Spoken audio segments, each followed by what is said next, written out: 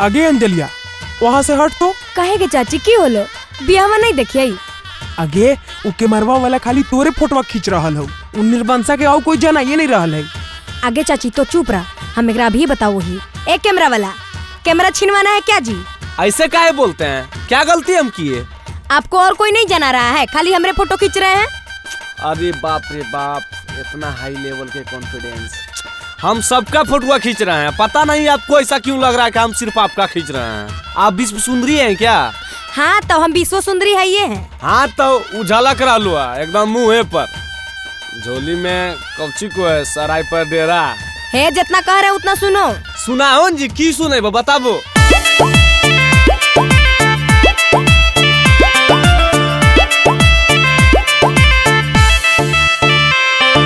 Camera वाला छोड़ा फोटवा खींचना ने हमारा रे। नहीं तो चप्पल देखो। देखो चाचा। कैमरा वाला छोड़ा फोटवा खींचना ने हमारा रे। फोटवा खींचे के है तो खींचो बहिनिया के जाके घर रे। फोटवा खींचे के है तो खींचो बहिनिया के जाके घर रे।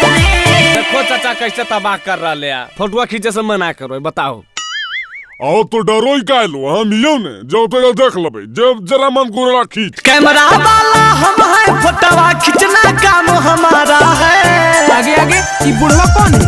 कैमरा वाला हम है, फोटवा खींचना काम हमारा है। जब फोटवा नहीं खिंचवाना है तो स्टेजवा पे काहे खड़ा है। फोटवा खींचे के है तो खींचो बहिनिया के जाके घर रे। आगे बेटी आगे, डरिए नहीं, बोल बोल एकरा बोल।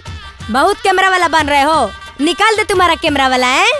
क्या निकालिएगा, जो मेरा काम है वो करवा न करेंगे। ए डीजे बजाओ, डीजे बजाओ। ए चाचा नाचबन जी। हाँ एकदम बजाइन हिलाक नाच बैठो।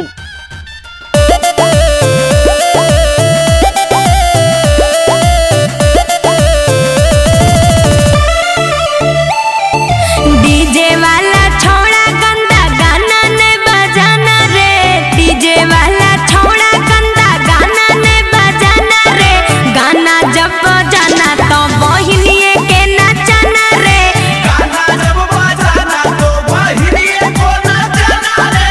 गाना जब बजाना तो बजाओ तो रे, देखो एक के रोको है।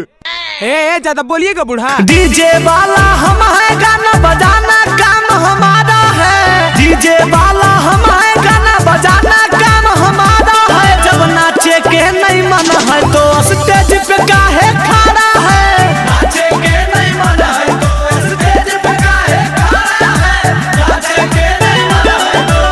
हे ज्यादा बोलेगा तो डीजे वो बन की पर रखा जाएगा, समझा? क्या कर हिम्मत है डीजे में बंद किम रखेगो, देखिए लइए। अजी चुप रहिए।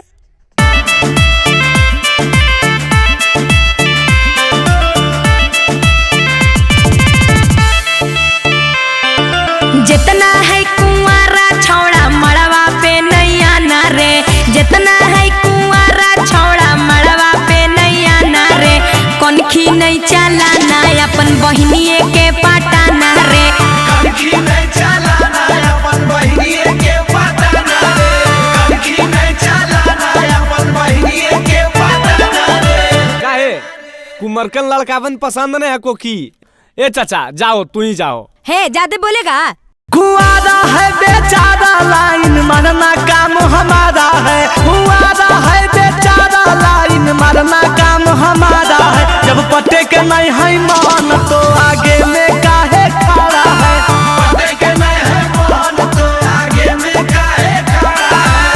पटे के नहीं है मान तो आगे में काहे खड़ा है। आगे अंजलि आगे जाओ तो झड़ हुआ एकनी के मार के भगइयै।